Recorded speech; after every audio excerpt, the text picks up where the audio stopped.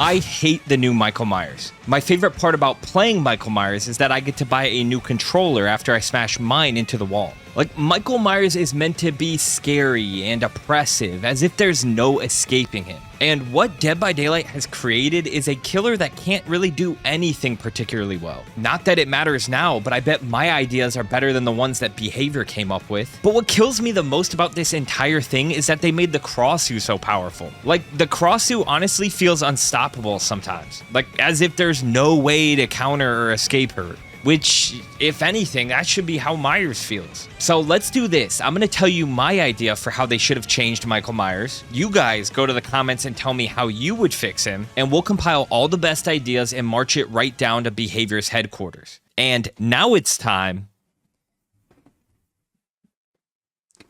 to stay in the loop.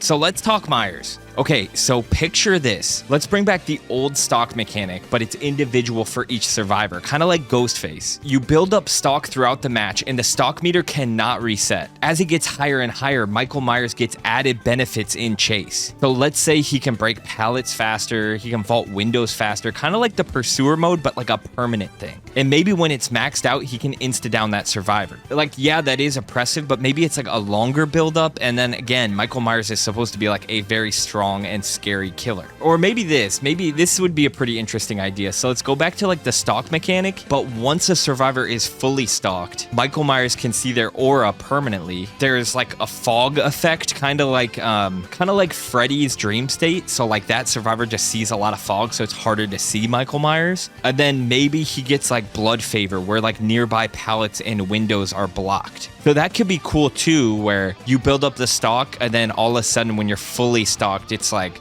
foggy, pallets blocked, there's no escape, and then Michael Myers can see your aura, so he's like tracking you down. You know, like you can't really escape Michael Myers in the movies because he seems to be like everywhere and kind of always know where you're at. I'd be interested to hear what you guys think they could have done with Michael Myers, but the biggest feedback I hear is like the new version of Myers doesn't really feel like Michael Myers. Like, I've heard people call him a tall Chucky, and that kind of makes sense. Like, his Pursuer mode is cool, but like when you're in your stalk mode, it doesn't really feel like stalking is worth the evil incarnate because his lunge isn't that powerful, and yes, you could down people, but it just feels weird. I don't know. I feel like it's way too easy to loot Michael Myers, and I really think it's a missed opportunity. And you know, I really didn't like the previous version of Michael because I felt like he was so add-on dependent. And I don't know. I almost find this version worse. Next up, we have our hooked highlight. This week's winner comes from Evil Kerm. In this clip, Kerm is running at a survivor playing as Legion. He's in his feral frenzy and a survivor drops a pallet on him. Well, I don't know what his ping was, but not only does he get Spirit Fury to proc, he ends up getting the hit and it knocks him out of his power and he gets the down shortly after.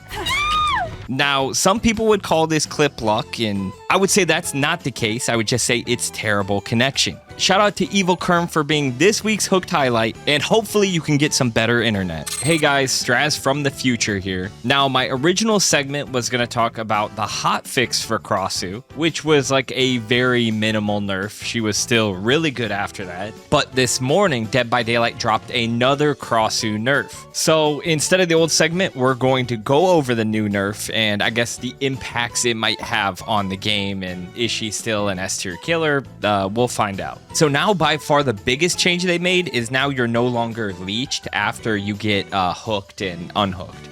This was a part of Krasue that I don't think anyone really understood why they made her like this. Like I found that a lot of times, like the Krasue, before I was able to find a mushroom and eat it, the Krasue had already like come back over and downed me again. So good change. I imagine everyone's probably pretty happy about this one. And then they made some smaller changes to make like her whip wind up longer. The cooldown from the regurgitation is longer. Just very minor things. things. The biggest part of the nerf was just the fact that you're no longer infected when you come off hook. I still think she's a really strong killer. I mean, reports from other content creators is that she's still really good, probably in that A tier range, but hopefully maybe a little more enjoyable to play against, because honestly, I feel like people hate playing against Krasue right now. What do you guys think about this nerf? I think it's completely fine, and I honestly wouldn't be surprised if they tweak her just a little bit more and nerf her a little bit more. And now back to past Straz. Next up, we have the fog forecast to talk about what to expect in the month of October. So Dead by Daylight has a lot planned in October, and they actually released this really cool roadmap. So some things to look out for: October 7th, they're releasing the new Rift. The new Rift will already be out by the time this video is released. October 14th is the Haunted by Daylight event. With that comes the Trick and Treats collection. On October 21st, they're releasing the Walking Dead collection. October 28th is Days Gone By collection. And finally, October 31st is when we're going to get the Halloween Blight collection. I think this roadmap, like the style they did, was really cool. They also did kind of this promotional video, which I really enjoyed. I love when Dead by Daylight kind of puts the extra effort to give these roadmaps and kind of some of the releases they have a cool vibe. So excited to see what some of these skins look like, and excited for October. It's always a good time to get blood points around Halloween. That's it for the fog forecast. Now back to Straz.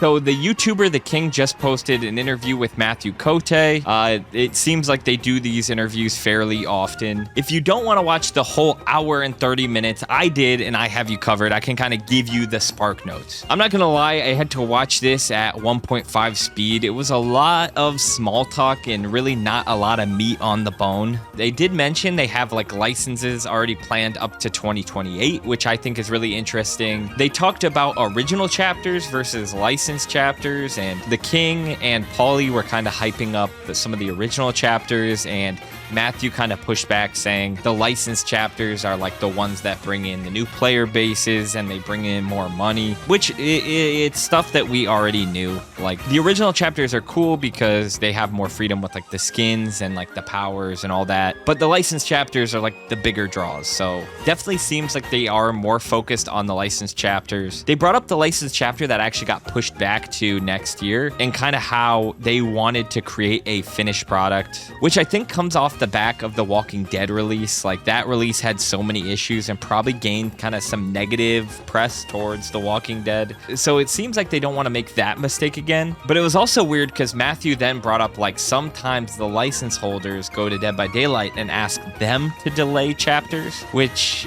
I was like, is that what's going on here? Or is it because you were worried like you weren't going to be able to finish a killer? Because why would you bring that up, you know? They very briefly brought up Jason, and they mentioned like, is Jason being released for the 10th anniversary? I don't know. My guess would still be no, but they didn't really, like, obviously they can't announce something like that right now. But what you can expect to drop is pallets, because they added a lot of pallets into the game. So I talked about this in the last episode of In the Loop, but I feel like now we are all starting to feel the effects. They added a ton of pallets to a ton of different maps, and yes, some were warranted, but some maps just feel like unplayable now. So Afro M1 on Twitter just posted a bunch of videos of him kind of just walking through maps and like customs against bots. And he's using like, what is it, Zanchin tactics, or I don't know if I'm saying that right, but the windows of opportunities perk, but for killers, so like the killers can see the pallets. And it's just crazy. It's like an absurd amount of pallets. Like the crazy thing is it's all these pallets around Killer Shack or like the main building. Basically these filler pallets that allow survivors to just like put together these crazy loops, like almost like uncatchable. And there's a lot of people on Twitter like voicing their frustrations. Like it's hard to end chases as Sadako, who's my main, when there's a pallet at every turn. Or if you're playing as Bubba, like everyone's just like pre-dropping on you and there's really nothing you can do as long as the other survivors are staying active on gens. So how do you guys feel about these pallet changes? It just seems like we're going to a place where they need to slow down gens a little bit. It's just getting ridiculous where it feels like 1 or 2 gens are finishing before I even get a hook.